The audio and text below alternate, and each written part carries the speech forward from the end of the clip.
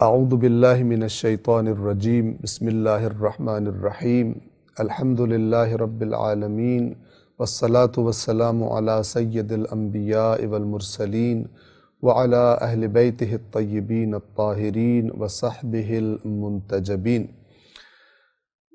قرآن مجید کے 29ویں جز میں سورۃ القیامہ ہم نے تمام کی تھی۔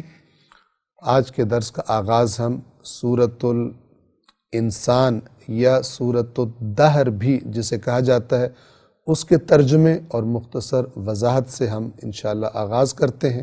سورۃ الانسان جس کو سورۃ الدہر کا نام بھی دیا جاتا ہے، بنام خدائے رحمان رحیم۔ کیا زمانے میں انسان پر ایسا وقت آیا ہے جب وہ کوئی قابل ذکر چیز نہ تھا؟ آیا ہے، یعنی یہ سوال انسان کو اپنی تاریخ پر، ہم میں سے ہر ایک سے یہ قرآن کی آیت یہ کہہ رہی ہے کہ ذرا اپنے وجود کی تاریخ تو دیکھ۔ کچھ عرصہ پہلے، جس سال جس دن تو پیدا ہوا، اس سے پہلے تو کوئی قابل ذکر چیز بھی نہیں تھا۔ یا تھوڑا اور پیچھے چلا جا، جب تیرے ماں باپ آپس میں ملے بھی نہیں تھے، جب تو ایک باپ کی صلب سے ماں کے رحم میں منتقل بھی نہیں ہوا تھا، تو کوئی قابل ذکر، تو چیز ہی نہیں تھا کہ جس کا کوئی ذکر کرتا۔ اس کا احسان مان، اس کے آگے سر جھکا جس نے کچھ نہ ہونے سے تجھے کچھ بنا دیا، اور اب تو اتنا کچھ بن گیا، اپنے آپ کو سمجھتا ہے کہ تو اسی کے آگے تکبر کرتا ہے۔ ذرا اپنی خلقت کے مراحل پر تو غور کر۔ اپنی خلقت سے پہلے جب تیرا کوئی ذکر ہی نہیں تھا، تو قابل ذکر چیز ہی نہیں تھا، اور اس کے بعد دیکھ کہ ہم نے تجھے کیسے بنایا ہے اور کیسے تیرے اندر ہم نے عقل اور شعور رکھ دیا۔ کیا زمانے میں انسان پر ایسا وقت آیا ہے جب وہ کوئی قابل ذکر چیز نہ تھا؟ تو سننے والے کو کیا کہنا چاہیے؟ بالکل مجھ پر ایسا وقت رہا ہے کہ جب میں تھا ہی نہیں کہ میرا کوئی ذکر کرتا۔ پھر خداوند عالم فرما رہا ہے، یہ ہم ہیں جس نے تجھے عدم سے وجود میں لایا، کچھ نہیں سے تجھے کچھ بنا دیا۔ آیت نمبر 2، بے شک ہم نے انسان کو ایک مخلوط نطفے سے پیدا کیا۔ مخلوط یعنی مکسڈ۔ اس سے مراد یہ بھی ہو سکتی ہے کہ وہ جو نطفہ جو باپ کے اندر پیدا ہوتا ہے، وہ کئی عناصر سے مل کے بنتا ہے، اس کے اندر کئی عناصر ہوتے ہیں، آج علم بتا سکتا ہے۔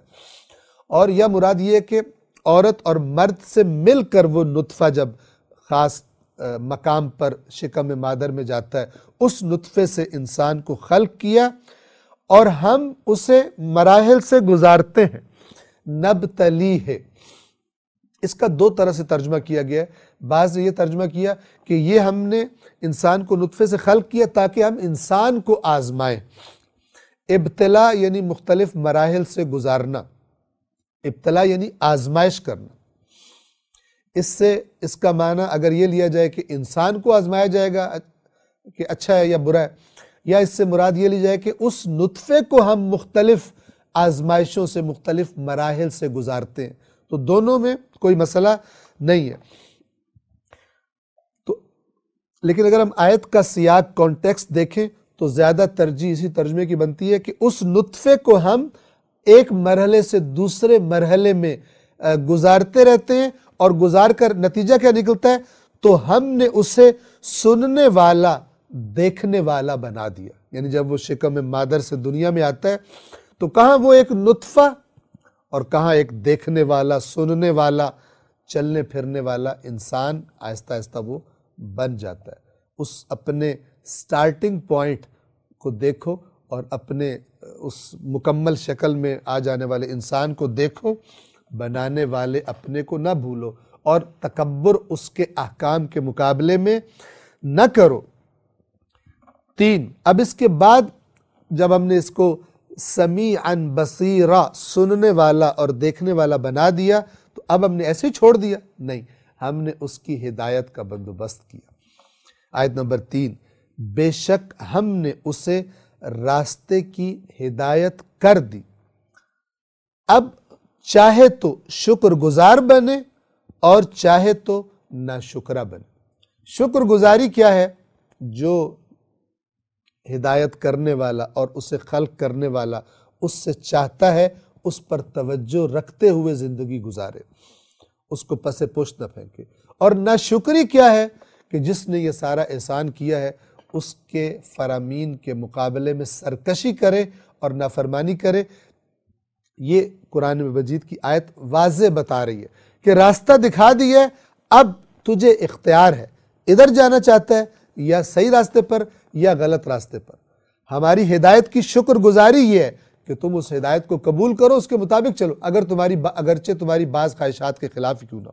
اور ناشکری یہ ہے کہ تم اللہ کے اس احسان کو پس پشت ڈال کر اپنی عارضی دنیاوی لذات کے جن سے اللہ نے منع کیے، حلال لذتیں نہیں، جو اللہ نے حرام قرار دیے، ان کے پیچھے لگ کر جانوروں کی طرح زندگی گزار دو۔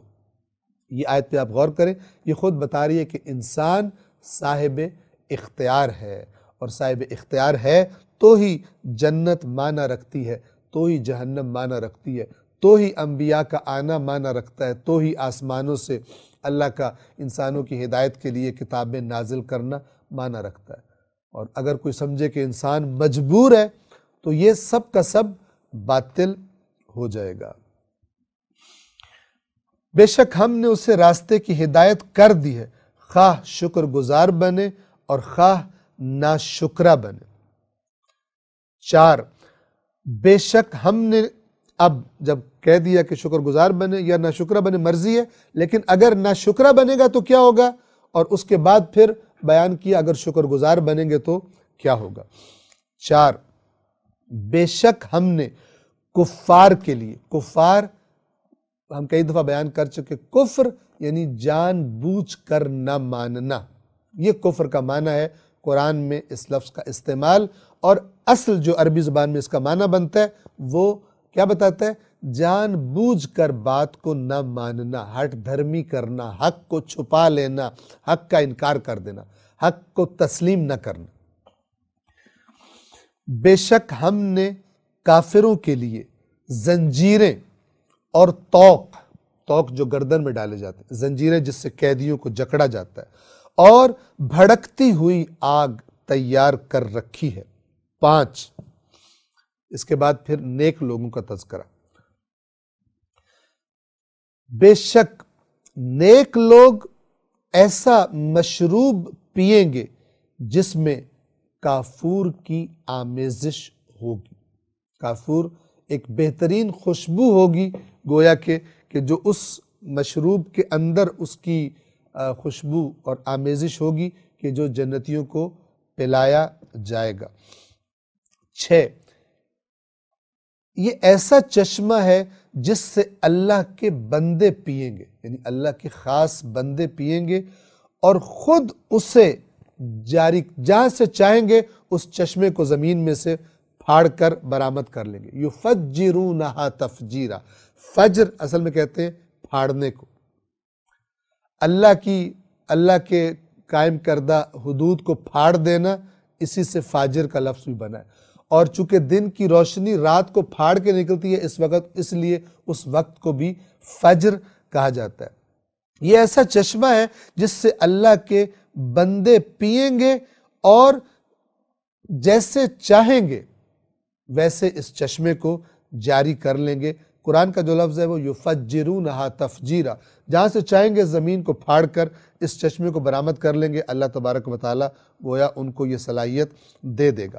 7، اب یہ جو آیات ہیں شیعہ اور سنی روایات کے مطابق اہل بیت اطہار علیہم السلام کے بارے میں نازل ہوئی ہیں۔ توجہ فرمائیے کہ یہ جو واقعہ روایات کے مطابق اس کا پس منظر ہے وہ یہ کہ امام حسن اور امام حسین علیہم السلام بیمار ہوئے، اور ان کی شفا کے لیے نظر مانی حضرت علی اور حضرت فاطمہ الزہرا سلام اللہ علیہما، ان دونوں نے، اور جب شفا ہو گئی تو انہوں نے 3 روزے رکھے۔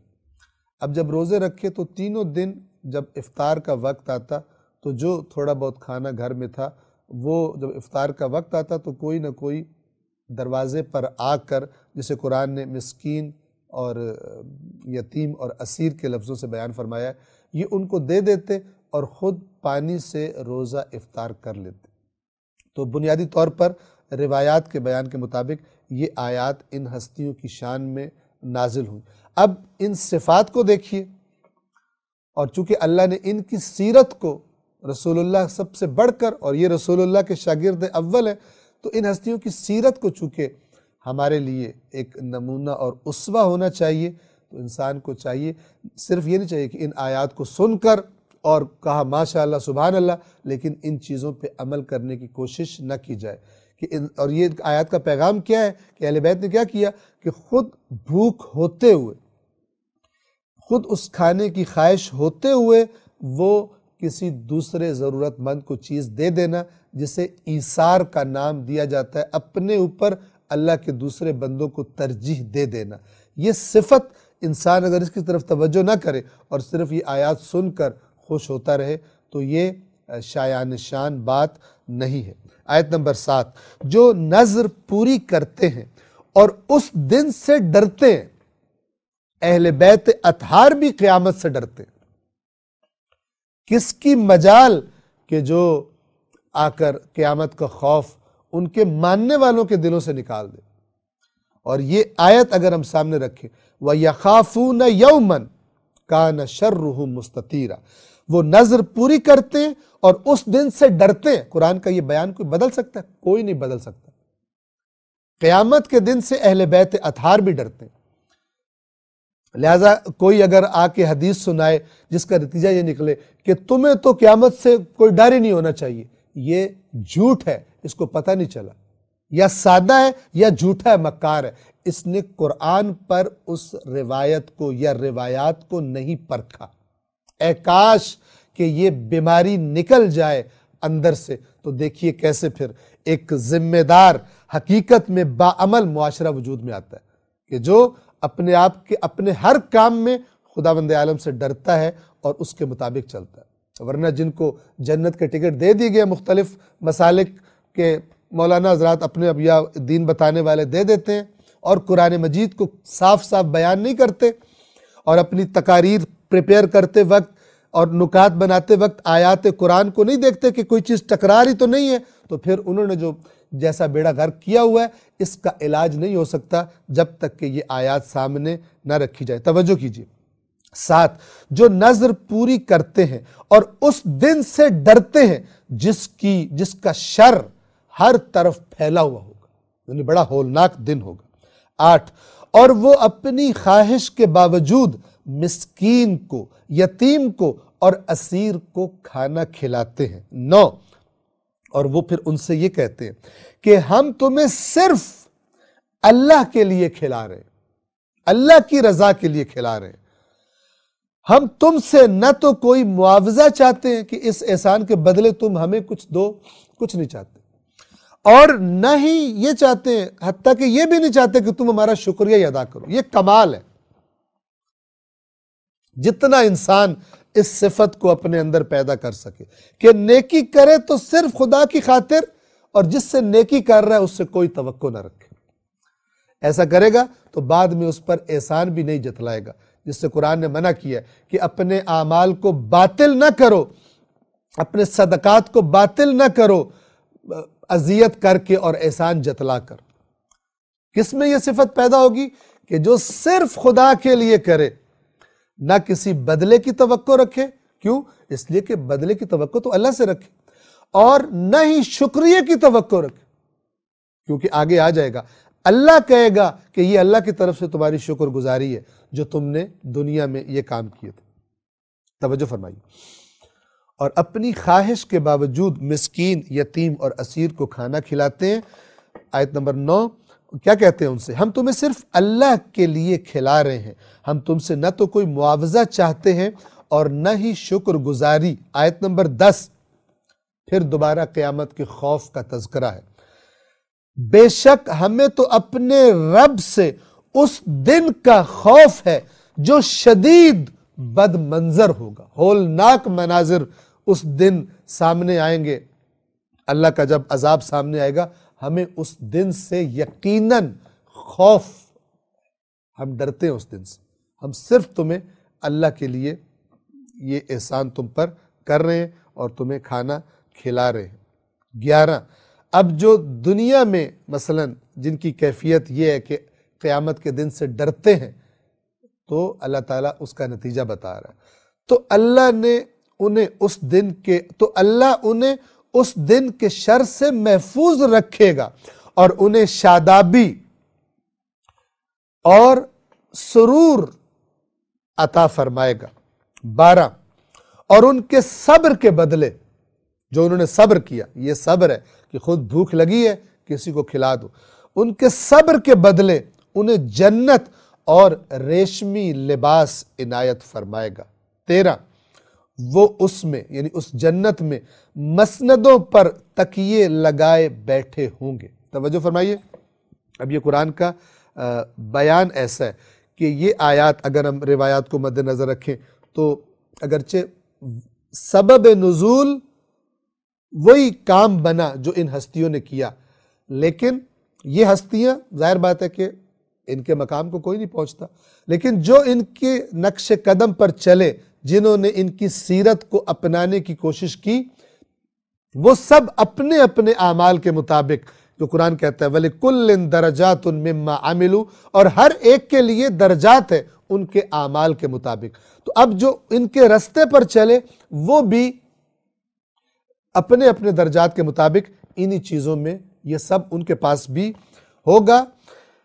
وہ جنت میں، وہ اس میں یعنی جنت میں مسندوں پر تکیے لگائے بیٹھے ہوں گے، جس میں نہ دھوپ کی گرمی دیکھیں گے اور نہ ہی سردی کی شدت، یعنی گرمی بھی زیادہ ہو جائے تو بڑی پریشان کرتی ہے، اور اگر سردی بھی شدید ہو جائے تو انسان مشکل میں پڑ جاتا ہے۔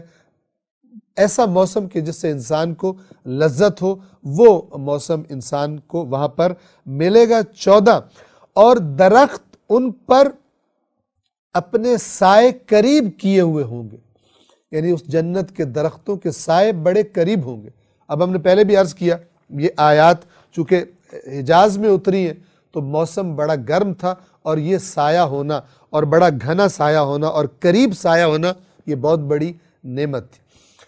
اور درخت ان پر سایہ فگن ہوں گے اور پھل ان کی دسترس میں ہوں گے۔ قرآن کا لفظ بڑا خوبصورت ہے، وَذُلِّلَتْ قُطُوفُهَا تَذْلِيلًا، جیسے ایک کوئی ادنا غلام، کوئی جس کا چارہ ہی نہیں ہے سوائے اپنے آقا کے آگے سر جھکانے کے، جیسے وہ آ جاتا ہے جیسے ہی آقا پکارے، اس طرح جنت کے درختوں کے پھل جنتیوں کے سامنے جھکے پڑے ہوں گے۔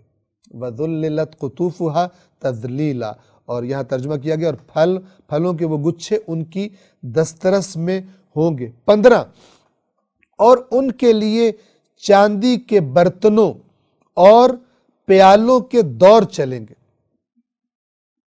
کچھ ایسے جام ہوں گے کہ جو بنائے گئے ہوں گے 16 شیشے بھی چاندی کے۔ یہ آیت نمبر 15 کو دوبارہ پڑھ دیں، ان کے لیے چاندی کے برتنوں اور شیشے کے پیالوں کے دور چلیں گے، یعنی وہ جو جنت میں ان کے خادم ہوں گے وہ ان چیزوں کو اٹھائے ہوئے ان کے درمیان طواف کرتے پھرتے ہوں گے ان کو دینے کے لیے، یعنی یہ چیزیں پلانے کے لیے۔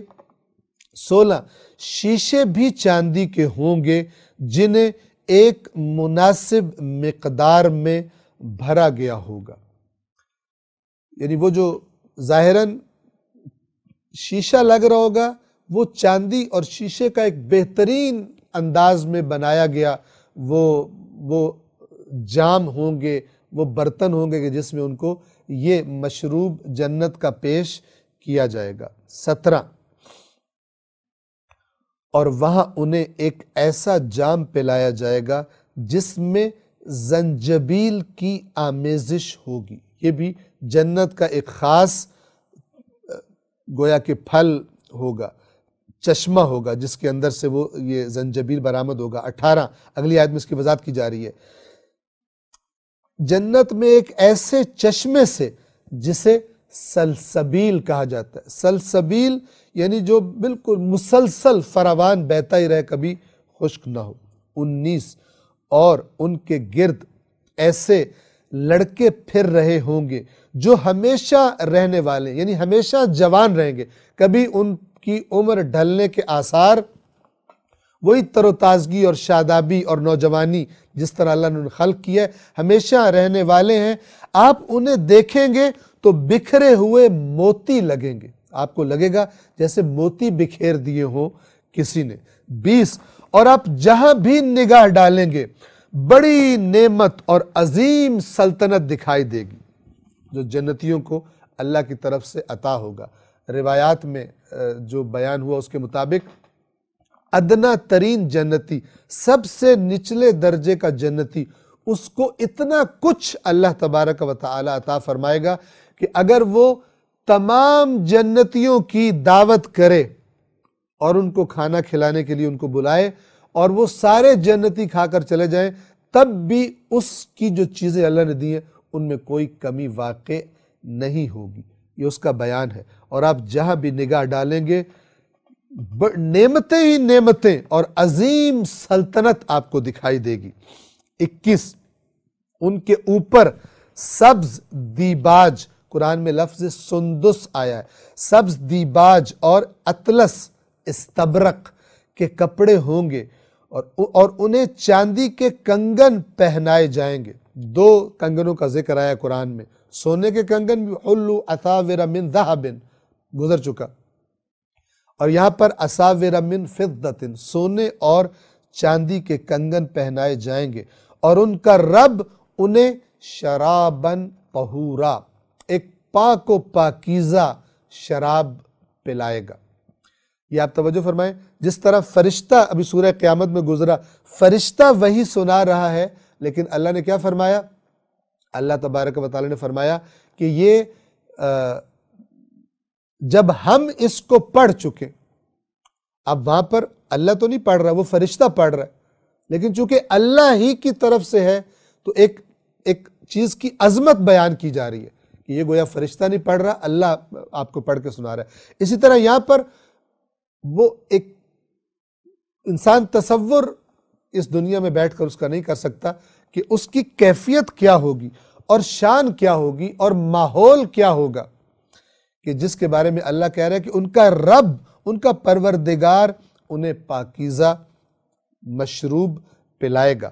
22 بے شک یہ تمہارے لیے جزا ہے، یعنی یہ ان سے کہا جائے گا کہ یہ جو تمہیں نعمتیں عطا ہوئی ہیں اور یہ جو تمہیں پاکیزہ مشروب پلایا جا رہا ہے، جانتے ہو تمہیں کیوں پلایا جا رہا ہے؟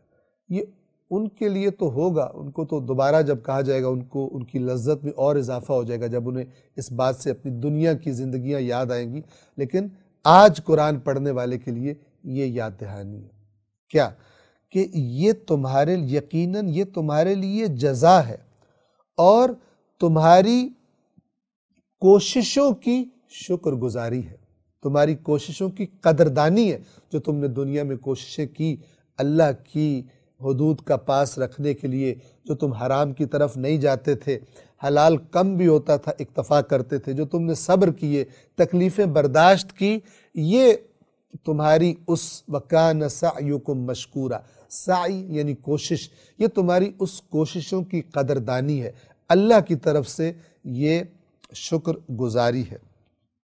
اور یہ اب بیان کرنے کے بعد اب قرآن مجید کا ذکر شروع ہو رہا ہے، اور کس عظمت کے ساتھ اللہ اپنی کتاب کے بارے میں بیان فرماتا ہے۔ آیت نمبر 23، یقیناً ہم نے ہی آپ پر اے رسول قرآن نازل کیا ہے، کیسے نازل کیا ہے؟ جیسا نازل کرنے کا حق تھا۔ یہ جملہ کب بولا جاتا ہے؟ جب آپ کسی کے ذمے کام لگائیں اور وہ آپ دیکھیں اس نے کیسا کام کیا ہے، اس نے پوری محنت کر دی ہے، تو آپ دیکھ کر کہتے ہیں کہ اس نے کام اس طرح کیا ہے جس طرح کرنے کا حق تھا۔ اب اللہ اگر کسی کام کے بارے میں کہے کہ ہم نے اس طرح قرآن آپ پر نازل کیا ہے جس طرح نازل کرنے کا حق تھا، تو اس سے اوپر کی چیز تصور نہیں کی جا سکتی۔ اس سے قرآن کے نزول کی کیفیت مراد لی جائے کہ قرآن کتنا محفوظ ہے، اس کے اندر کوئی باطل نہیں ہے، تو اس سے بڑھ کر کوئی اور چیز نہیں ہو سکتی، اتنا محفوظ ہے قرآن۔ اور اس سے مراد یہ بھی لی جائے کہ اس قرآن کے اندر جو ہم نے ہدایت نازل کی ہے، حق ادا کر دیا، اس سے بڑھ کر ہدایت کا تصور نہیں کیا جا سکتا۔ آخری نبی، آخری کتاب، کامل دین، بہترین کتاب۔ اللہ اب ذرا تاکیدیں دیکھیے، اردو میں اگر ساری چیزوں کا عربی زبان کا ترجمہ نہیں کیا جا سکتا، ہم آپ کو بتاتے ہیں۔ یہ ہے اِنَّا نَحْنُ نَزَّلْنَا عَلَيْكَ الْقُرْآنَ تَنزِيلًا، ذرا توجہ کیجئے، اِنَّا میں بھی ہم ہے، اِنَّا یعنی یقیناً ہم، نحن ہم، نزلنا ہم نے نازل کیا اس کو، یعنی اللہ کہہ رہا ہے کہ بے شک ہم نے نازل کیا ہے قرآن کو جیسا نازل کرنے کا حق تھا۔ اس سے بڑھ کر کیا بلاغت ہو سننے والے کو یہ بتانے کے لیے کہ اس قرآن کو معمولی نہ سمجھنا، کوئی کلام اس کے مقابلے میں نہیں آ سکتا، اس کی سطح پر نہیں جا سکتا۔ اور یہی سبب ہے کہ ہر دوسری چیز اس قرآن کے ساتھ پرکھی جانی چاہیے، ضروری ہے۔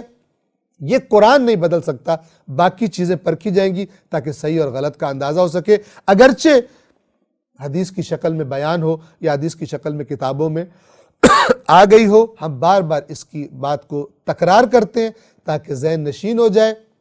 اور یہ کس نے سمجھایا ہے؟ یہ اللہ کے رسول اور اہل بیت اطہار نے، حقیقی وارثان دین نے یہ فارمولہ ہمیں سکھایا ہے۔ لیکن افسوس کہ جتنی تاکید کی گئی اتنی ہی زیادہ غفلت اس کے بارے میں ہمیں دیکھنے میں ملتی ہے، اور طرح طرح کے نام نہاد سو کالڈ علمی دلائل بھی اس کے لیے گھڑ لیے جاتے ہیں۔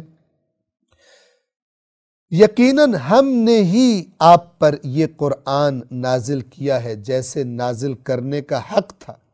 24 تو آپ اپنے رب کے حکم کے لیے صبر کریں، یعنی آپ برداشت کریں یہ جو آپ کی مخالفتیں کر رہے ہیں، اپنی بات سے پیچھے نہیں ہٹنا، اور ان میں سے کسی گناہگار یا ناشکرے کی بات نہ مانیں۔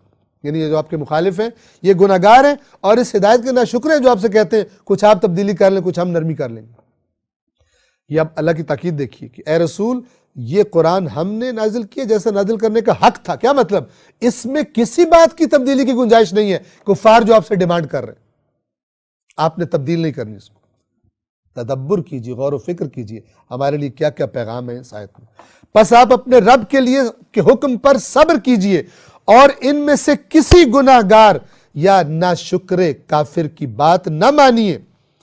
25 اور صبح و شام اپنے رب کے نام کا ذکر کیا کریں، یعنی اللہ کی یاد سے اپنے آپ کو مضبوط رکھیں۔ 26 اور رات کے ایک حصے میں اس کے سامنے سجدہ ریز ہو جایا کریں اور رات کو دیر تک تسبیح کرتے رہا کریں۔ یعنی یہ جو مشکلات آ رہی ہیں، مخالفتیں ہو رہی ہیں، ان کے مقابلے میں اپنے آپ کو مضبوط رکھنے کے لیے اللہ کا ذکر کثرت سے کریں اور راتوں میں اللہ کی عبادت کریں، جیسا کہ سورہ مزمل میں مزید تفصیل کے ساتھ یہ بات گزر چکی۔ اب اس کے بعد پھر نبی سے کہا جا رہا ہے کہ یہ جو آپ کی مخالفت کر رہے ہیں ان کی حالت بڑی خراب ہے، ہم آپ کو بتا رہے ہیں۔ آیت نمبر 27 یقیناً یہ لوگ جلدی ملنے والی کو پسند کرتے، یعنی دنیا، وہ جو سورہ قیامت میں گزرا، یہ لوگ یقیناً جلدی ملنے والی کو پسند کرتے ہیں، اور جب دیکھ رہے ہیں کہ آپ کا پیغام ان کی حرام لذتوں میں رکاوٹ بن رہا ہے، اب آپ کے مخالف بن گئے۔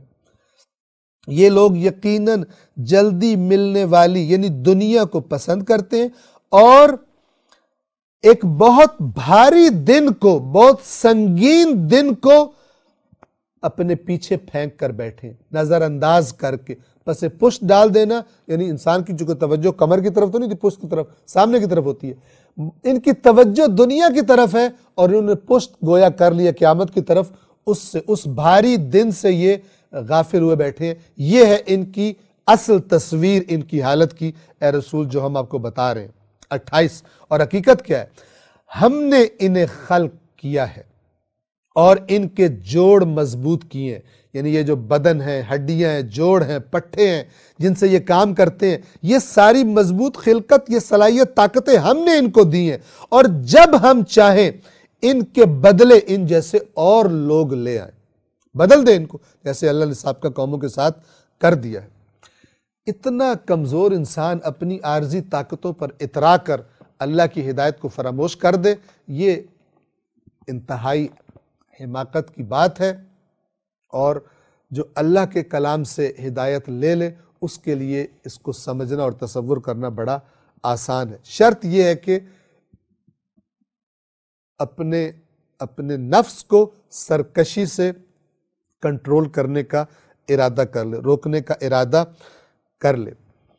29 پھر قرآن کا تذکرہ، ان ھذہ تذکرہ، یہ ایک نصیحت ہے، یعنی یہ قرآن بے شک یہ ایک نصیحت ہے، یاد دہانی ہے، تذکرہ۔ اردو میں بھی ہم لفظ استعمال کرتے ہیں نا کہ میں نے فلان شخص کا تذکرہ کیا، ذکر کیا، تذکرہ کیا، تھوڑے بہت فرق سے ملتی جلتی بات ہے، یعنی میں نے ذکر کہتے ہیں یاد کرنا اور تذکرہ کہتے ہیں یاد کروانا۔ یہ قرآن ذکر بھی ہے قرآن کا نام اور تذکرہ بھی ہے قرآن کا نام۔ ذکر یعنی یہ نصیحت ہے، یہ یاد کرنا ہے، اور تذکرہ یعنی یاد کروانا ہے۔ ہم نے انہیں یقیناً یہ ایک نصیحت ہے، ایک یاد دہانی ہے، تو جو چاہے، پھر اختیار بتایا جا رہا ہے، جو چاہے اپنے رب کی طرف جانے کا راستہ اختیار کر لے، تمہاری مرضی ہے۔ 30 اور تم نہیں چاہتے مگر یہ کہ اللہ چاہے، یقیناً اللہ بڑا علم والا، حکمت والا ہے۔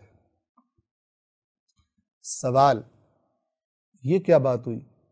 پہلے کہا تم میں سے جو چاہے، اور پھر کہا کہ تم نہیں چاہتے مگر یہ کہ اللہ چاہے۔ اس کا معنی یہ ہے کہ تمہارے اندر تمہیں جو اختیار دیا ہے کہ تم یہ چاہو یا وہ چاہو اختیار کر سکتے ہو، یہ بھی اللہ نے چاہا ہے، ورنہ اگر وہ نہ چاہے تو تم سے جب چاہے یہ اختیار بھی چھین لے، تمہیں مار ڈالے، تمہاری عقل کو زائل کر دے، تمہاری طاقتیں ختم کر دے، تمہارے بدن کو بیکار کر دے، جب چاہے وہ یہ کر سکتا ہے۔ یعنی یہ چاہت بھی اس کا احسان ہے تم پر، یہ جو تمہیں اختیار کہ تم جو چاہو کر لو، یہ اختیار بھی اس کا احسان ہے تم پر، اور یہ پھر اس اختیار میں بھی اللہ کو نہ بھولو، وہ جب چاہے تمہیں روک سکتا ہے، یہ معنی ہے۔ نہ یہ معنی ہے کہ تم چاہ ہی نہیں سکتے، گویا کہ تم وہی چاہتے ہو جو اللہ چاہتا ہے، یعنی اس کا مطلب یہ ہے کہ کوئی بندہ یہاں سے اٹھے اور دوسرے کو جا کے قتل کر دے اور پھر کہے کہ قرآن میں لکھا ہے کہ ہم تو چاہ ہی نہیں سکتے جب تک اللہ نہ چاہے، یہ باطل ہے۔ یہ وہی باطل ہے جس طرح کفار کا گزرا کہ وَقَالُوا لَوْ شَاءَ الرَّحْمَنُ مَا عَبَدْنَاهُمْ، رسول پاک سے کہتے تھے کہ اگر رحمان چاہتا تو ہم ان بتوں کی پوجا نہ کرتے۔ توجہ فرما رہے ہیں؟ تو اللہ نے کہا انہیں علم ہی نہیں ہے اس بات کا کہ جو یہ کر رہے ہیں یہ صرف بہانے بنا رہے ہیں، الٹی سیدھی جسے کہتے ہیں باتوں میں لوگوں کو کنفیوز کر دینا، اس کے لیے کرتے ہیں۔ یہاں پر بھی انشاءاللہ یہ بات واضح ہے۔ 31 آخری آیت اس سورہ مبارکہ کی، فرمایا کہ جسے چاہتا ہے اپنی رحمت میں داخل کرتا ہے۔ کون؟ جس کے بارے میں اوپر کہا کہ یقیناً اللہ بڑا علم والا، حکمت والا ہے۔ 31 جسے چاہتا ہے اپنی رحمت میں داخل کرتا ہے۔ جسے چاہتا ہے سے کیا مطلب؟ وہی کہ جو اس نے قانون بنایا ہے، ہم کئی مرتبہ بیان کر چکے کہ جو اس طرف آئے گا اللہ کی مشیت یہ ہے کہ اسی کو پھر ہدایت بھی ملے گی اور جزا بھی ملے گی، لیکن جو ہٹ دھرمی پہ ڈٹا رہے اس کے لیے اللہ کا قانون کہتا ہے اے رسول آپ بھی چاہیں اس کو ہدایت نہیں مل سکتی، کیونکہ وہ خود سر جھکانے پر تیار نہیں ہے، نفس پرستی کرتا ہے، عقل کی بات کو نہیں مانتا۔ اللہ جسے چاہتا ہے اپنی رحمت میں داخل کرتا ہے، اور اس نے ظالموں کے لیے دردناک عذاب تیار کر رکھا ہے۔ اور یہاں پہ ظالم سے مراد کون ہے؟ کہ جو اس کی ہدایت کو قبول نہ کریں، سرکشی کریں۔ یعنی یہ جو پہلا حصہ تھا جسے چاہتا ہے اپنی رحمت میں داخل کرتا ہے، اس کا اگر کوئی ذہن میں سوال آئے کسے چاہتا ہے کسے نہیں چاہتا، اگلے حصے میں جواب آ گیا کہ ظالم یعنی جو خود غلط حرکتیں کر رہے ہیں، ہٹ دھرم ہیں، ضدی ہیں، سرکش ہیں، ان کے لیے، ان ظالموں کے لیے اس نے دردناک عذاب تیار کر رکھا ہے۔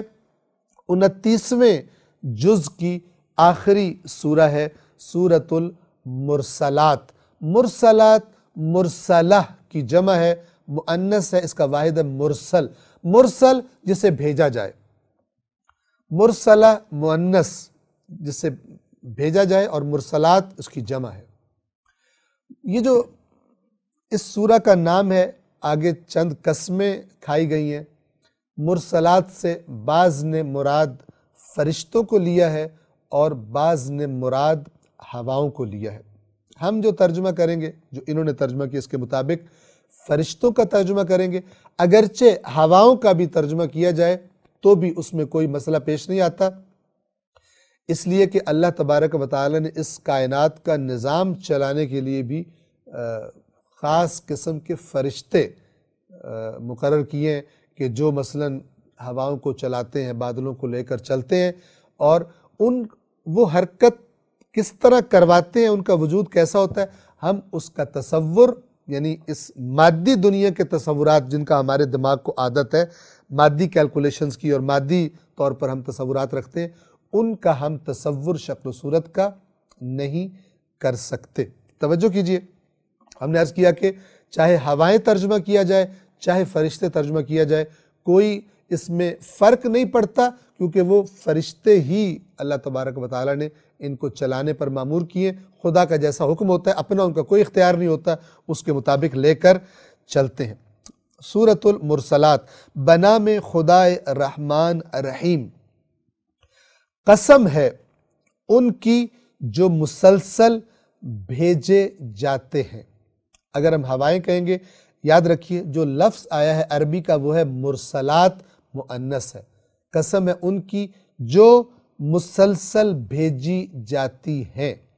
اب یہاں بھی آپ ایک اور چیز کی طرف توجہ کر لیں کہ بعض لوگ سوال بھی پوچھتے ہیں، فرشتے جو ہیں وہ مذکر ہیں یا وہ مؤنث ہیں؟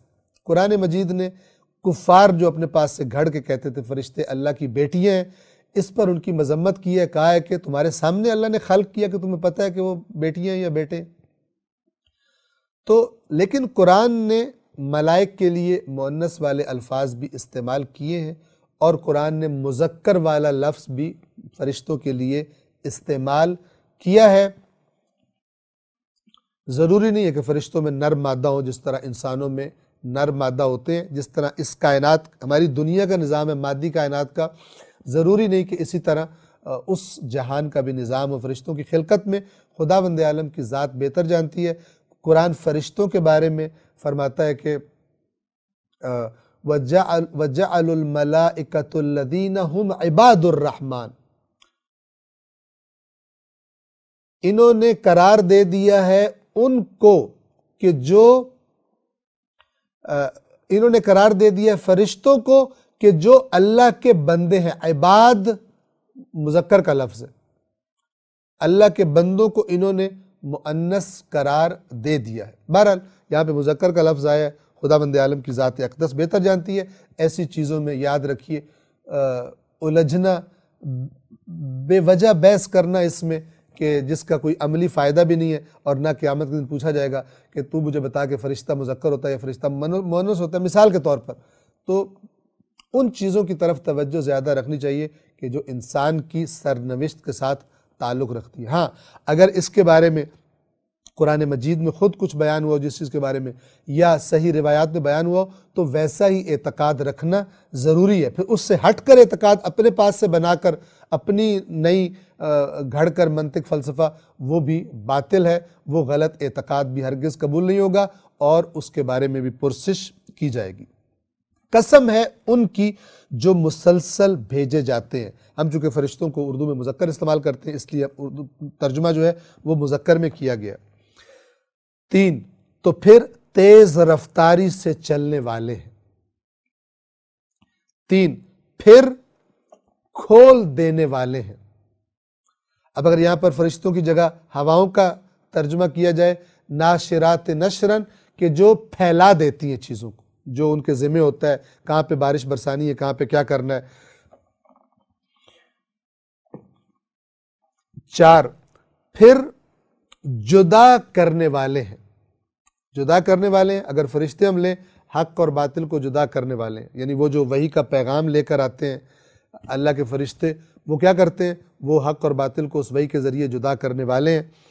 اور اس کے بعد اگر ہم ہواؤں کو لے لیں تو جدا کرنے والے ہیں، یعنی کہاں پر بارش برسنی ہے، کہاں پر ہوا چلنی ہے، کہاں پر ہوا نہیں چلنی۔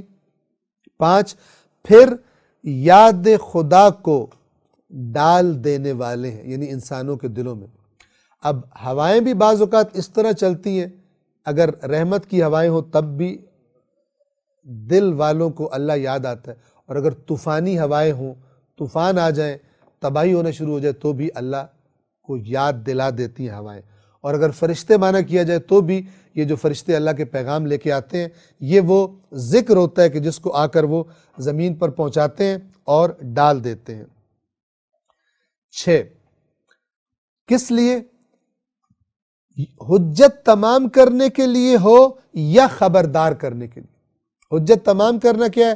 کہ جو نہیں ماننے پہ ڈٹا ہوا ہے اس پر اتمام حجت ہو جائے کہ تجھے بات بتا دی گئی، اور جو ماننے والا ہے اسے خبردار کر دیں تاکہ وہ غافل نہ ہو جائے۔ یہ دونوں کام کرتے ہیں۔ اگر ہم ہواؤں کا کہیں تو ہوائیں گویا کہ اپنی زبان میں، اپنے چلنے میں بتا رہی ہوتی ہیں کہ اس نظام کا بنانے والا کوئی ہے جس نے یہ نظام بنایا ہے، اس کی عظمت کو دیکھو، ہماری حرکت کو دیکھو، اس سارے نظام کو دیکھو، اور اس کے آگے سر جھکا دو۔ نہیں جھکاؤ گے تو ہم گواہی دے رہی ہیں کہ وہ موجود ہے جس نے ہمیں بنایا ہے، تم پر اتمام حجت کر رہی ہیں۔ اور جو ماننے والے ہیں انہیں بھی خبردار کر دیں، وہ ان کے دل اور اللہ کی طرف متوجہ ہو جائیں اور غفلت کی طرف نہ جائیں۔ اس پورے نظام کی، چاہے ہم اس کو فرشتے لیں، چاہے ہم اس کو ہوائیں لیں، اللہ تعالیٰ کہہ رہے ہیں کہ یہ سارا نظام یہ گواہ ہے، چاہے ہواؤں کے ذریعے بارشوں کا برسنا اور چاہے فرشتوں کے ذریعے آسمانوں سے ہدایت کا اترنا، یہ نظام گواہ ہے۔ قسم کھائی جا رہی ہے، یعنی اس کو گواہ بنایا جا رہا ہے۔ اس میں غور کرو، کیا ہے قسم کا جواب؟ آیت نمبر 7، جس چیز کا تم سے وعدہ کیا جاتا ہے وہ یقیناً واقع ہو کر رہے گا، یعنی قیامت آ کر رہے گی۔ نہ یہ بات، اتنا بڑا نظام باطل خلق نہیں کیا گیا، تمہیں بھی باطل خلق نہیں کیا گیا، قیامت آ کر رہے گی۔ جس چیز کا تم سے وعدہ کیا جاتا ہے وہ یقیناً واقع ہو کر رہے گا۔ 8 اب پھر قیامت جب واقع ہوگی تو کیا مناظر حوادث پیش آئیں گے؟ تو جب ستارے بے نور کر دیے جائیں گے، یعنی جو لوگ اس وقت موجود ہوں گے وہ اس کائنات کے اس عظیم نظام کو ٹوٹتا پھوٹتا اور ستاروں کو بے نور ہوتے ہوئے، جن میں سورج بھی ہمارا شامل ہے، دیکھیں گے۔ تو جب ستارے بے نور کر دیے جائیں گے۔ 9 اور جب آسمان میں شگاف ڈال دیے جائیں گے، آسمان کے اندر گویا رستے بن جائیں گے، جیسے کہ پہلے بھی گزرا بعد میں بھی آئے گا، اور فرشتے نازل ہوتے ہوئے دکھائی دیں گے۔ 10 اور جب پہاڑ اڑا کر رکھ دیے جائیں گے۔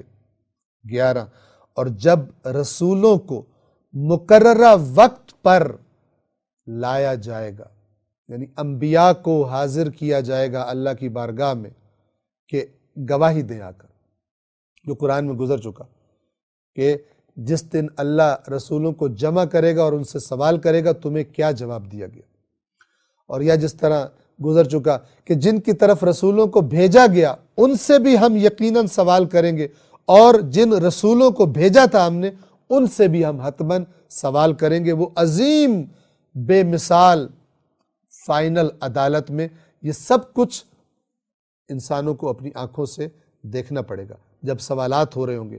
جب رسولوں سے سوال ہونا ہے تو دوسرے کی تو کسی کی مجال ہی نہیں ہے کہ کہے کہ میں نے بغیر حساب کے نکل جانا ہے۔ توجہ فرمائیے، اور یہ بھی 30ویں سپارے میں آ جائے گا کہ نیک لوگوں کا بھی آسانی سے حساب کتاب، لیکن ان کا بھی حساب کتاب ہوگا، لیکن وہ بہت آسان کر دے گا اللہ تبارک و تعالیٰ ان کے لیے۔ اور جب رسولوں کو مقررہ وقت پر لایا جائے گا۔ 12 کس دن کے لیے ملتوی رکھا ہوا تھا، یعنی پوسٹ پون کیا ہوا تھا اس کو۔ یہ کس دن کے لیے یہ سارا جو اب حساب کتاب ہو رہا ہے، یہ کس دن کے لیے ملتوی تھا؟ وہی جس کو تم جھٹلا رہے تھے۔ اللہ تعالیٰ اس سوال کا جواب دیتا ہے، لِیَوْمِ الْفَصْل، آیت نمبر 13، فیصلے کے دن کے لیے ہم نے تم سب کو مہلت دے رکھی تھی اور آج وہ دن آ گیا ہے۔ کس دن کے لیے ملتوی رکھا ہوا ہے؟ 13 فیصلے کے دن کے لیے۔ 14 اب یہاں پر جو قرآن کا انداز ہے، اس یوم الفصل کی عظمت اور اس کی ہولناکی اور اس کی شدت کے بیان کے لیے سوالیہ انداز اختیار کرتا ہے۔ اور آپ کو کس چیز نے بتایا کہ فیصلے کا دن کیا ہے؟ یہ اگر ایک کسی سے بات کی جا رہی ہو اور وہ توجہ نہ کر رہا ہو تو پھر اس کو کہا جاتا ہے کہ تمہیں پتہ ہے میں تمہیں کیا بات، تمہیں کون بتائے گا کہ وہ کتنی خطرناک بات ہے جو تمہیں بتا رہا ہوں اور تم غفلت میں پڑے ہوئے۔ اور آپ کو کس چیز نے بتایا کہ فیصلے کا دن کیا ہے؟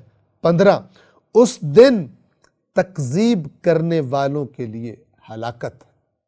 اللہ بتا رہا ہے کہ ہم تمہیں یہاں پر یہ بتا رہے ہیں، یہ والی آیت جو ہے اس دن تکذیب کرنے والوں کے لیے ہلاکت ہے، یہ اس سورہ مبارکہ میں بار بار تکرار ہوتی ہے۔ ایک بات اللہ کرتا ہے پھر کہتا ہے جھٹلانے والوں کے لیے تکذیب، یعنی کسی کو جھوٹا کہنا، جھٹلا دینا کہ تو سچ نہیں بول رہا تو جھوٹ بول رہا ہے۔ تو اللہ تعالیٰ کہتا ہے تم اس دن کو جھٹلا رہے ہو، ہمارے رسول کو، ہمارے قرآن کو جھٹلا رہے ہو۔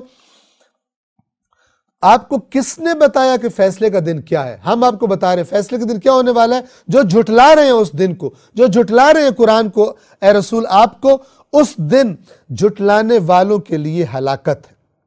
16 پھر سوال، کیا ہم نے اگلوں کو ہلاک نہیں کیا؟ اے مکہ والو، اے قرآن سننے والو، کیا گزشتہ قومیں باقی ہیں آج تک دنیا میں؟ طاقتور سے طاقتور، مالدار سے مالدار، کیا ہم نے پچھلوں کو ہلاک نہیں کیا؟ 17 پھر بعد والوں کو بھی ہم ان کے پیچھے چلائیں گے، یعنی نیک لوگوں کا انجام نیکوں کی طرح ہوگا، بروں کا انجام بروں والا۔ کتنے لوگوں کا تم پیچھے دیکھ چکے ہو کہ جب انبیاء کو جھٹلاتے تھے ہم انہیں ہلاک کر دیتے تھے، اور جو ایماندار ہوتے تھے ان کو ہم بچا لیتے تھے۔ ہماری سنت میں تبدیلی نہیں ہوتی۔ بس جب ایسا ہے، 18 مجرموں کے ساتھ ہم ایسا ہی کرتے ہیں۔ ایسا نہیں ہے کہ روش تمہاری مجرموں والی ہو اور تمہیں ہم کھڑا کر دیں مومنوں کی صف میں، عمل تمہارا فاسقوں والا ہو اور کھڑا کر دیں ہم تمہیں مومنوں کی صف میں۔ مجرموں کے ساتھ ہم ایسا ہی کرتے ہیں۔ 19 اس دن جھٹلانے والوں کے لیے ہلاکت ہے۔ بار بار قیامت یاد دلایا جا رہا ہے کہ ہلاکت ہوگی، سمجھ جاؤ۔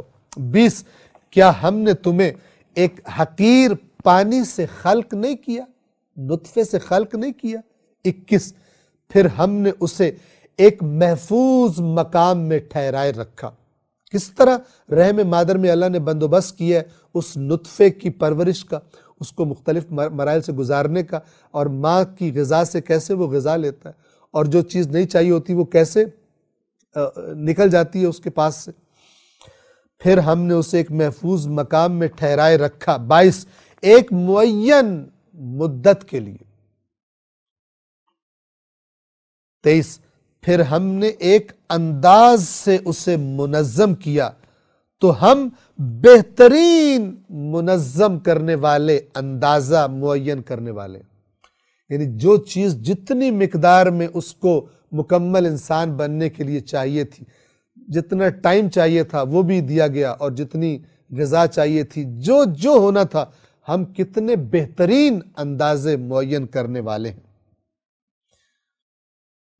24 اس دن جھٹلانے والوں کے لیے ہلاکت، یعنی یہ ساری چیزیں جو ہم تمہیں بتا رہے ہیں، یہ ان کو ہم گواہ بنا رہے ہیں کہ جس نے یہ کیا ہے بے مقصد نہیں کیا، قیامت آنے والی ہے، اسے نہ جھٹلاؤ۔ کیوں؟ اسے جھٹلانے والوں کے لیے ہلاکت ہے۔ اور یہاں پہ ہم بار بار کہتے ہیں، قرآن بھی کہتا ہے، پہلے بھی ہم بیان کر چکے، قرآن کے بیان میں جب اس کا ذکر آتا ہے کہ جھٹلانا صرف یہ نہیں ہے کہ یہ کہہ دے میں قیامت کو نہیں مانتا، ہو سکتا ہے کہتا ہوں میں مانتا ہوں، لیکن عمل ایسا کر رہا ہو جس عمل پر قرآن کہتا ہے کہ یہ قیامت کو نہیں مانتا، جیسے مسکین کو کھانا کھلانے کی ترغیب نہ دینا اور یتیموں کے ساتھ برا سلوک کرنا۔ اللہ نے بتایا یہ وہ ہے جو قیامت کو نہیں مانتا، چاہے اب جتنا بھی کہتا رہے میں مانتا ہوں، اللہ کے قرآن نے بتا دیا ہے کہ میں تیرے اندر بھی بتا رہا ہوں کہ تو بیماری ہے، منہ سے تو جتنا کہتا رہے کہ میں بڑا صحت مند ہوں۔ اس دن جھٹلانے والوں کے لیے ہلاکت ہے۔ 25 اب ذرا زمین کے اندر جو چیزیں اللہ نے جمع کر دی، انسانوں کی غذا وغیرہ، اس کی طرف اشارہ ہے۔ کیا ہم نے زمین کو جمع کرنے والی نہیں بنایا؟ کفاتن، کفات کہتے ہیں ایسی چیز جس کے اندر بہت ساری چیزیں جمع ہو گئی ہوں۔ 26 کیا کیا جمع ہے زمین کے اندر؟ زندوں کے لیے اور مردوں کے لیے۔ تم زندوں کو بھی زمین اپنے اندر اپنے اوپر مثلا رکھے ہوئے اور مردوں کو بھی تمہاروں کو وہ اپنے اندر جذب کر چکی ہے۔ کیا ہم نے زمین کو جمع کرنے والی نہیں بنایا؟ یعنی تمہاری غذائیں بھی اس کے اندر، تم زندہ بھی اسی پر رہتے ہو، اسی سے کھا کر زندہ رہتے ہو، اور مر کر بھی تم اسی میں چلے جاتے ہو۔ کیا ہم نے زمین کو، توجہ کیجئے اللہ تعالیٰ کیا فرمانا چاہتا ہے کہ اس زمین کو دیکھو تو صحیح، تمہاری زندگی کے لیے، تمہاری نسلوں کے بڑھنے اور باقی رہنے کے لیے کیا کیا بندوبست ہم نے کر دی۔ تم سانس لیتے ہو، تم دیکھتے ہو، اگر تھوڑی سی بھی ہم کوئی چیز اوپر نیچے کر دیتے تو تمہاری زندگی، سانس لینا محال ہو جاتا۔ زندوں کے لیے اور مردوں کے لیے۔ 27 اور ہم نے اس میں بلند پہاڑ گاڑ دیے اور ہم نے تمہیں شیریں یعنی میٹھا پانی پلایا۔ پانی، آج انسان مارس پر، مریخ پر کیا ریسرچ کر رہا ہے؟ پانی، تاکہ اگر وہاں پہ جائیں گے تو کیسے وہاں پر رہیں گے۔ ہم نے تمہیں میٹھا پانی پلایا۔ اسی زمین کے اندر سے اللہ تبارک و تعالی میٹھے پانی کو برآمد فرماتا ہے۔ 28 اس دن جھٹلانے والوں کے لیے ہلاکت ہوگی۔ مختلف چیزوں کی طرف اللہ توجہ اپنی مخلوقات، اپنی خلقت کی طرف کروا کے انسان سے کیا کہہ رہا ہے کہ یہ سب تجھے گواہی دے رہی ہیں، قیامت ہم لا کر چھوڑیں گے، تمہارا حساب کتاب کریں گے، اور جان لو کہ اگر تمہارا رویہ جھٹلانے والا ہے تو اس دن جھٹلانے والوں کے لیے ہلاکت ہے۔ 29 اب گویا یہ جو اگلے الفاظ ہیں، قیامت آ گئی، گویا قیامت آ گئی، یہ قرآن کا ایک انداز ہے کہ مستقبل کی بات کو ایسے بیان کیا جا رہا ہے جیسے پڑھنے والا، سننے والا یہ سمجھے اور تصور کرے کہ گویا میں اس جگہ پر کھڑا ہوں اور یہ سب میرے سامنے ہو رہا ہے، اس وقت ہو رہا ہے۔ 29 اب تم لوگ چل پڑو اس چیز کی طرف جسے تم جھٹلایا کرتے تھے۔ یعنی یہ فرشتے ہیں کہ جو جہنمیوں سے کہہ رہے ہیں کہ اب ان کو ہانک رہے ہیں اور کہہ رہے ہیں چلو اب ادھر جس کو تم جھٹلایا کرتے تھے۔ اب قرآن پڑھتے وقت انسان اس کا تصور کرے، اپنے آپ کو اس کے اندر دیکھنے کی کوشش کرے۔ کس کی طرف چلو؟ 30 چلو اس دھوئیں کی طرف جو 3 شاخوں والا ہے۔ اب وہ کیسا ہوگا؟ خداوند عالم کیسا ہولناک ہوگا، اور وہ 3 شاخیں کیسی ہوں گی؟ خداوند عالم بہتر جانے۔ گویا کہ اس کے 3 شعبے ہوں گے، 3 حصے ہوں گے کہ جو 3 طرف سے آ رہے ہوں گے، اور جو ایک طرف رہ جائے گی فرار کی، پیچھے سے فرشتے اس کی طرف ہانک رہے ہوں گے۔ چلو اس دھوئیں کی طرف جو 3 شاخوں والا ہے۔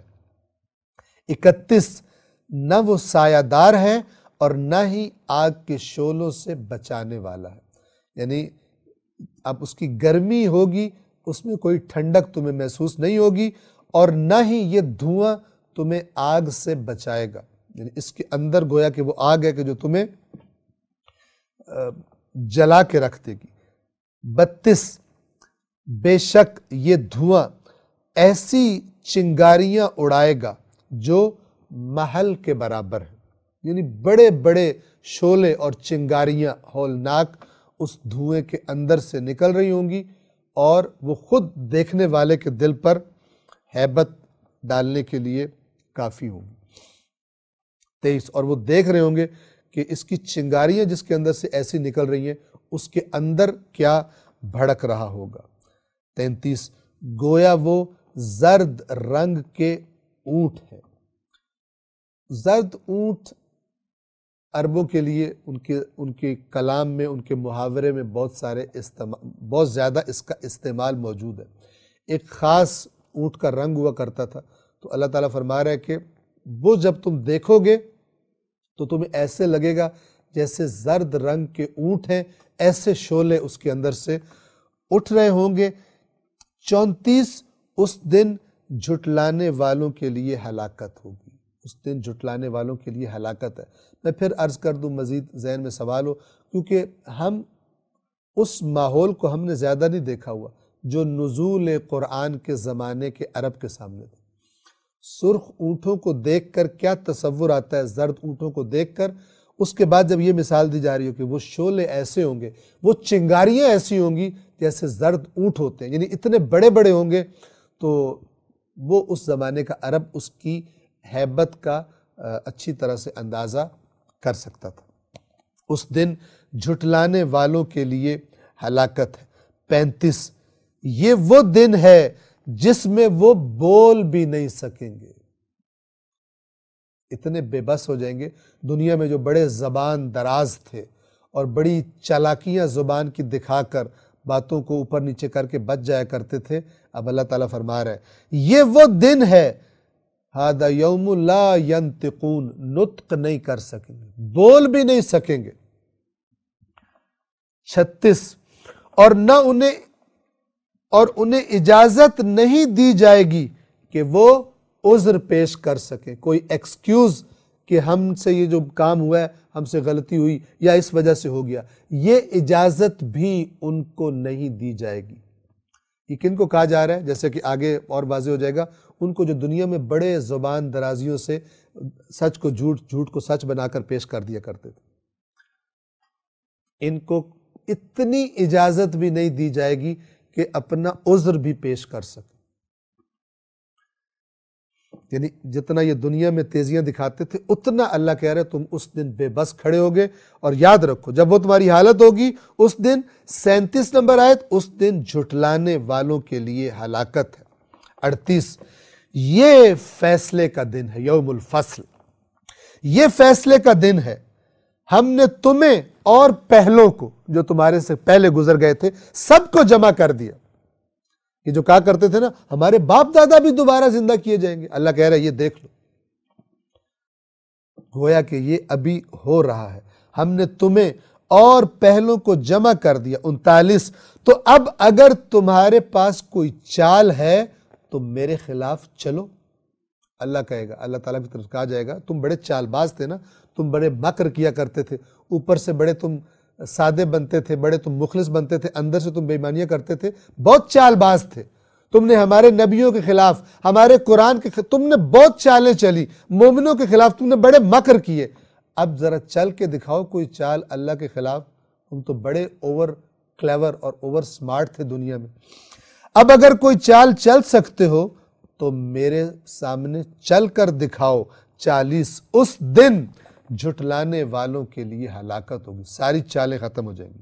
اب یہ مجرموں کا تذکرہ، اس کے بعد متقین پرہیزگاروں کا تذکرہ۔ بے شک یقیناً تقوی اختیار کرنے والے ٹھنڈے سایوں اور چشموں میں ہوں گے۔ 42، اور ان پھلوں میں جن کی وہ خواہش کریں گے، یعنی جو ان کا جی چاہے گا وہ ان کو دے دیا جائے گا۔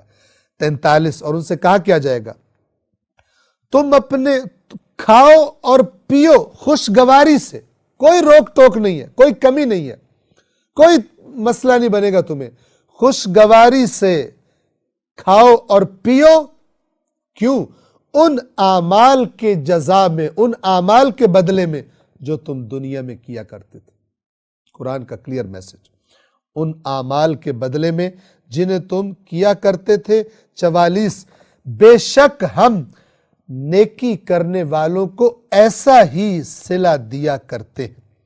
45، اس دن جھٹلانے والوں کے لیے ہلاکت ہوگی، یعنی ان نعمتوں کے لیے کوشش کرو، جھٹلانے والے مت بنو، ہلاکت میں چلے جاؤ گے۔ اب پھر مجرموں کا تذکرہ کہ وہ جو کہتے ہیں اللہ نے ہمیں دنیا میں بھی زیادہ دیا ہے، اور ہمیں یہاں بھی کرم ہے وہاں بھی کرم ہوگا، جیسے انبیاء سے کہتے تھے کہ ہمیں عذاب نہیں ہونا، ہم مال اور اولاد میں تم سے زیادہ ہیں، یا مکے والوں نے کہا مکہ یا طائف کا کوئی امیر آدمی کیوں نہیں اللہ نے رسول بنایا، اس پر قرآن کیوں نہیں نازل ہوا؟ اب یہ اس کا جواب ہے۔ 46، کھا لو اور تھوڑے دن مزے اڑا لو، کر لو، یقیناً تم مجرم ہو، یہ دنیا کی مہلت نے تمہیں غافل کر دیا، نعمتوں کی فروانی نے تمہیں غافل کر دیا۔ 47 اس دن جھٹلانے والوں کے لیے ہلاکت ہے۔ 48 اور جب ان سے کہا جاتا ہے کہ رکوع کرو تو رکوع نہیں کرتے۔ جب ان سے کہا جاتا ہے کہ رکوع کرو تو رکوع نہیں کرتے۔ یہ پھر نماز کا ذکر ہے۔ نماز کا ایک اہم پارٹ کیا ہے؟ رکوع۔ رکوع نہ کرنا جھٹلانا ہے۔ 49 اس دن جھٹلانے والوں کے لیے ہلاکت۔ اب ہم رکوع سے مراد ویسے اللہ کو جھک جانا لیں تو نماز میں جھکنا، جو ویسے اللہ کو جھک گیا ہے وہ سجدے اور رکوع تو خود بخود کرے گا۔ مجرموں سے کہا جا رہا ہے کہ مزے کر لو، یہ نہ سمجھو کہ یہ ہمیشہ رہیں گے، جو تم جواب دیتے ہو مومنوں کو ہمارے پر یہاں بھی بڑا کرم ہے وہاں بھی کرم ہوگا۔ اس دن جھٹلانے والوں کے لیے ہلاکت ہے۔ اور جب ان سے کہا جاتا ہے کہ رکوع کرو تو رکوع نہیں کرتے، جیسے سورہ قلم میں گزرا تھا، اس دن قیامت کے دن کہا جائے گا سجدے کرو، سجدے نہیں کر پائیں گے۔ کیوں؟ ان سے پہلے جب وہ ٹھیک ٹھاک تھے دنیا میں کہا جاتا تھا سجدے کرو تو یہ نہیں کیا کرتے تھے، لہٰذا اب نہیں کر سکتے۔ جب ان سے کہا جاتا ہے رکوع کرو تو رکوع نہیں کرتے۔ 49 اس دن جھٹلانے والوں کے لیے ہلاکت ہے۔ 50ویں اور آخری آیت اس سورہ مبارکہ کی خوب توجہ کیجیے۔ اللہ تبارک و تعالی کیا فرما رہا ہے؟ تو اس کے بعد، یعنی اس قرآن کے بعد کس چیز پر ایمان لائیں گے؟ بہت کچھ اس ایک جملے میں ہے۔ مثال آپ کو عرض کروں، ایک بندہ، اس کو ایک چھوٹا مثال کے طور پر اس کا ہم عمر بندہ سمجھائے یہ کام نہ کرو، وہ نہ سمجھے، پھر اس سے بڑا سمجھائے، اس سے سینئر بڑا سمجھائے، پھر مثلاً چلتے چلتے ایک ایسا انسان فرض کرے کہ اس سے بڑا سمجھانے والا کوئی نہیں، وہ بھی اگر اس کو سمجھا دے اور وہ بات نہ سمجھے تو پھر اس سے کہا جائے گا کہ اگر اس کے سمجھانے پر تو نہیں سمجھا تو اب تجھے اور کون سمجھائے گا۔ اللہ انسانوں سے یہ فرما رہا ہے اپنے قرآن میں کہ اگر اس قرآن پر تم ایمان نہیں لاتے، اس کی بات تمہیں سمجھ نہیں آتی، تو اس کے بعد پھر تم کس بات پر ایمان لاؤ گے؟ یعنی اللہ تبارک و تعالی کے علم کے مطابق چونکہ یہ نازل ہوا ہے، اس کی حفاظت کا ذمہ اس نے لیا ہے، اس میں ہدایت کا جس طرح بیان کرنے کا حق تھا اس نے بیان کر دی ہے، محکم، کبھی نہ ٹوٹنے والی اور بدلنے والی باتیں اللہ نے قوانین، اپنی سنتیں اس میں بیان فرما دی۔ اللہ تعالیٰ کہہ رہے ہیں اس قرآن کو سن کر بھی اگر تم اپنے آپ میں نہیں آتے اور تم غور و فکر اس پہ نہیں کرتے اور نصیحت نہیں لیتے اور ایمان نہیں لاتے تو فَبِأَيِّ حَدِيثٍ بَعْدَهُ يُؤْمِنُونَ، تو اس کے بعد، یعنی اس قرآن کے بعد کس چیز پر، کس کلام پر یہ لوگ ایمان لائیں گے؟ سورۃ المرسلات کے ساتھ ہی 29واں جز تمام ہوتا ہے۔ انشاءاللہ آئندہ درس میں ہم قرآن مجید کے 30ویں اور آخری جز کا آغاز کریں گے۔ والسلام علیکم ورحمۃ اللہ وبرکاتہ۔